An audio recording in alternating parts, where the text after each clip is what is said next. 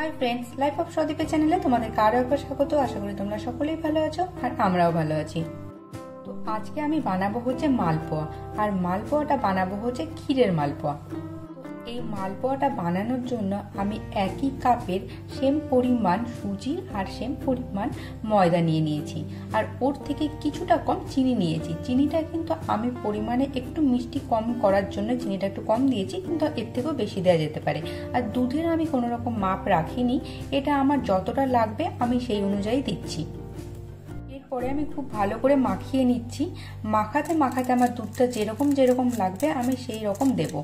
দুধের পরিমাণটা ঠিকঠাক হয়ে গেছে এবং ব্যাটারটাও খুব সুন্দর হয়ে গেছে। তো এখন আমি দিচ্ছি এলাচ দেব আর একটু সামান্য নুন দেব আর মৌরি, যেটাকে আমি ভেজে নিয়ে একটু গুঁড়ো করেছি, সেই গুঁড়ো মৌরিটা আমি এখানে দিয়ে দিচ্ছি। আর একটা জিনিস দেব, সেটা হচ্ছে একটু সামান্য গোলাপ জল। এই গোলাপ জলটা দিলে কিন্তু এই মালপোয়ার টেস্টটা খুব সুন্দর আসে। পরে ব্যাটারটাকে খুব সুন্দরভাবে মাখিয়ে নিয়ে আমি এটাকে ঢাকা দিয়ে রেখে দেব 30 মিনিটের মতো। এবার আমি চলে এসেছি ক্ষীরের মালপোয়ার ক্ষীর বানানোর জন্য।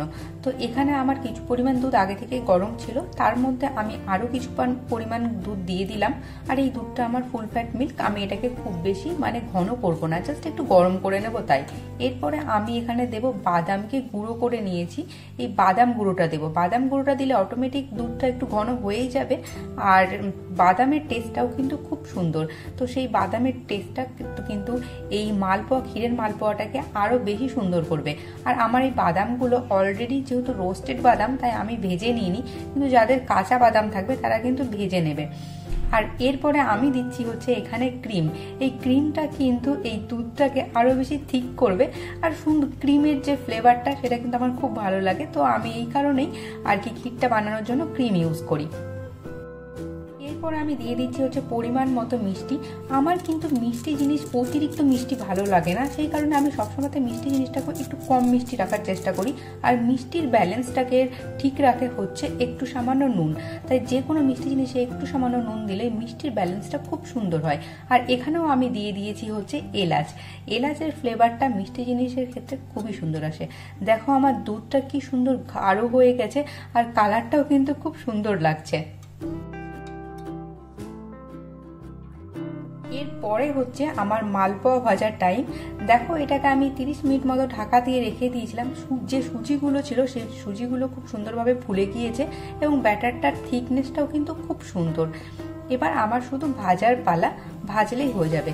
তো এই ভাজার জন্য আমি কড়াইয়ে তেল নিয়ে নিয়েছি আর আমি মালপোয়া সাইজগুলো একটু ছোট ছোট করছি, খুব একটা বেশি করছি না। আমার কড়াইটাও খুব একটা বেশি বড় নয়, তো আমি এখানে ভাবলাম ছোট ছোট করে দেব। আর এই দেখো মালপোয়াগুলো দেওয়ার সাথে সাথে কি দারুণ ফুলে উঠছে। এই মালপোয়া খেতে এতটাই টেস্টি হয় যে মালপোয়া এমনি খেতেই ভালো লাগে, ভাজার পরেই। আর তাছাড়াও এটাকে চিনি সেরাই দেওয়া হয়, চিনি সেরাই দিয়ে খেতেও কিন্তু খুব সুন্দর লাগে। আর এই ক্ষীরের মধ্যে দিয়ে মালপোয়া খেতে কিন্তু সব থেকে বেশি সুন্দর লাগে।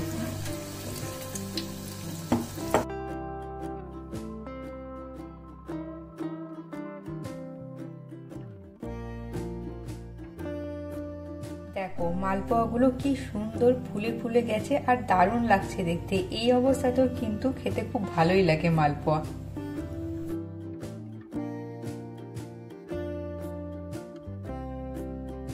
এরপরে যথারীতি আমাকে হেল্প করার জন্য শুভ চলে এসেছে। আর যেখানে মিষ্টি জিনিস বানানো হয় সেখানে শুভ বেশিক্ষণ না এসে থাকতেই পারবে না। তো আমি কি করছি দেখতে চলে এসেছিল এবং যখন দেখছি যে ওর এরকম প্রিয় খাবার রান্না হচ্ছে তো ও আমাকে হেল্প করতে শুরু করে দিয়েছে। তো আমি মালপোয়াগুলো ভেজে ভেজে ওর যে ক্ষীরটা বানিয়েছিলাম সেই ক্ষীরের মধ্যে দিয়ে দিচ্ছি। ক্ষীরের মধ্যে দিয়ে দিলে কি হচ্ছে, মালপোয়ার মধ্যে ক্ষীরগুলো অনেকটা বেশ ঢুকে যাবে, তখন আরো বেশি টেস্টি লাগবে খেতে। তো এখানে আমার ভাজা হচ্ছে আর যে আমার হাতে যতক্ষণ ভাজছিলাম এইটার দায়িত্ব ছিল ততক্ষণ কিন্তু ঠিকঠাক হচ্ছিল।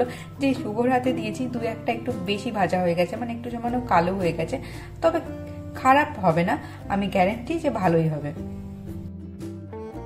আমার ক্ষীরের মালপোয়াটা তো হয়ে গেছে, এটাকে আমি একটা বাটিতে সুন্দরভাবে সাজিয়ে নিচ্ছি। আর যে ক্ষীরগুলো নিচে ছিল সেগুলোকে সব সুন্দরভাবে মালপোয়াগুলোর উপরে দিয়ে দিচ্ছি। এই ক্ষীরগুলো কি হয়, মালপোয়ার মধ্যে খুব বেশি মানে যেমন রস ঢুকে যায় সেরকম ঢুকবে না, কিন্তু অসাধারণ লাগে খেতে। আর এটাকে আরো বেশি সুন্দর করার জন্য আমি উপর থেকে দিয়ে দিলাম হচ্ছে পেস্তা। দেখো কি দারুণ লাগছে। এরকম ধরনের ক্ষীরের মালপোয়া তোমরাও বানিয়ে নিতে পারো বাড়িতে। আমাদের এই ক্ষীরের মালপোয়া রেসিপিটা কেমন লাগলো অবশ্যই জানিও। আর এটা খেতে কিন্তু দুর্দান্ত হয়েছিল। আমি আর শুভ জাস্ট 2 মিনিটে শেষ করে ফেলেছিলাম। তো ভালো লাগলে সাবস্ক্রাইব করে দিও। দেখা হচ্ছে নতুন আরো একটি ভিডিওতে। ততক্ষণের জন্য সকলে ভালো থেকো। Bye bye.